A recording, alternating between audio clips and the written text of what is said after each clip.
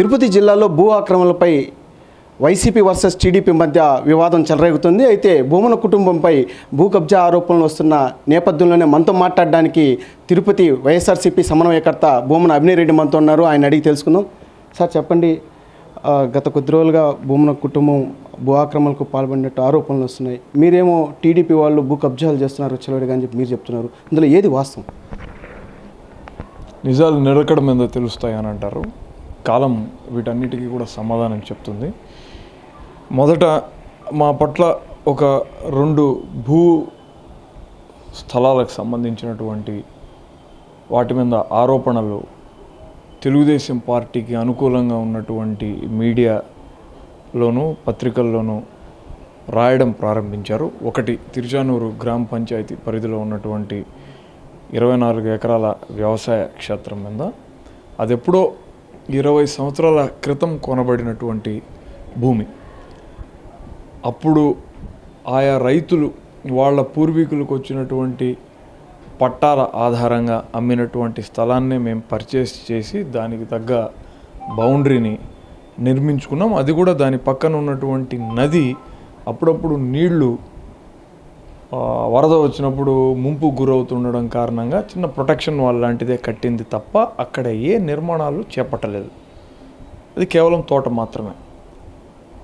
ఈ 20-24 సంవత్సరాలుగా ఎప్పుడూ లేనటువంటి విషయాన్ని ఇప్పుడే తెరపైకి తీసుకురావడం, అది కూడా కూటమి ప్రభుత్వంలో కరుణాకర్ రెడ్డి గారు విపరీతంగా ప్రభుత్వ లోపాలను తప్పిదాలను ఎత్తి చూపుతున్నటువంటి తరుణంలో ఈయన నోరు మూయించాలన్నటువంటి ఉద్దేశంతోనే ఈ దుశ్చర్యకు కూటమి ప్రభుత్వం పాల్పడింది, అధికారులను ఊసిగొల్పింది.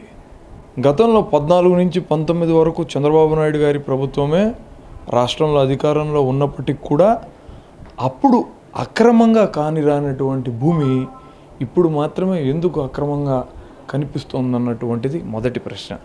ఇక రెండవది, మంగళంలో ఉన్న భూ విషయానికి సంబంధించి మందబైలును మా కుటుంబీకులు ఆక్రమించారన్నటువంటిది మరో ఆరోపణ. ఆ మందబైలు మా పేరుపైనే లేదు, ఒక దళితుడి పేరుపైన ఉన్నది.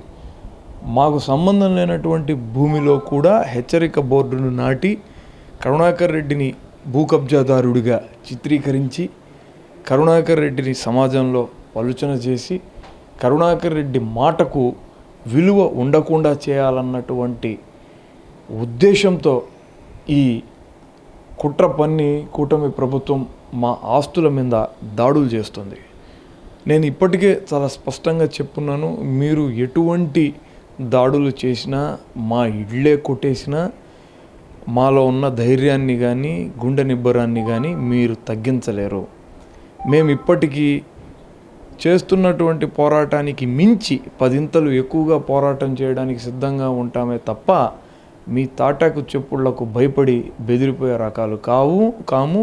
మీ దురాగతాలను, దుర్మార్గాలను, దుష్ట చేష్టలను ఎప్పటికప్పుడు ఎండగడుతూ నిరంతరాయంగా ఈ పోరాటాన్ని కొనసాగిస్తామన్నటువంటి విషయాన్ని స్పష్టం చేస్తూ, ఇంత యాగి చేసినటువంటి స్వర్ణముఖి నది పరివాహక ప్రాంతంలో మా పైన ఎగువన ఉన్నటువంటి చంద్రబాబు నాయుడు గారి హెరిటేజ్ సంస్థ సర్వే నెంబర్ 173, 172లో నిర్మించబడినటువంటి వేస్ట్ వాటర్ ట్రీట్మెంట్ ప్లాంట్కు అక్రమణ నిర్మాణ నోటీసులు ఇచ్చే ధైర్యం ఈ ప్రభుత్వానికి లేదు.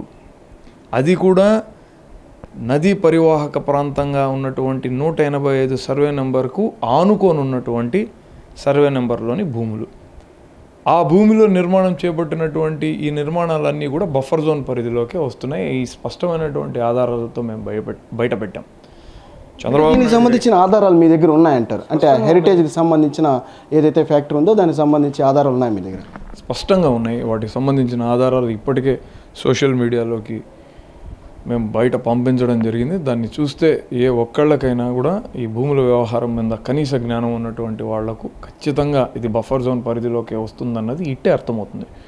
సో చంద్రబాబు నాయుడు గారు ఆయన ప్రభుత్వ హయాంలో సామాన్యులకు, ముఖ్యమంత్రికి ఒకే చట్టం, ఒకే న్యాయం అమలు కాబడుతుందన్న అభిప్రాయం కల్పించడం కోసం మీ అక్రమ నిర్మాణాలను కూడా తొలగించండి అనేది మా డిమాండ్. మీకు చిత్తశుద్ధి ఉంటే, మీది కరెక్టేనని అనిపిస్తే, మా పట్ల మీరు తీసుకున్నటువంటి నిర్ణయం సరైందని అనిపిస్తే ఖచ్చితంగా మీరు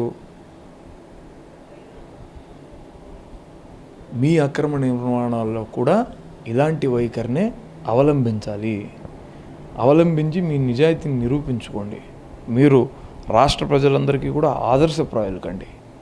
అప్పుడు మేము ఒప్పుకుంటాం చంద్రబాబు నాయుడు గారు చాలా గొప్ప పని చేశారని.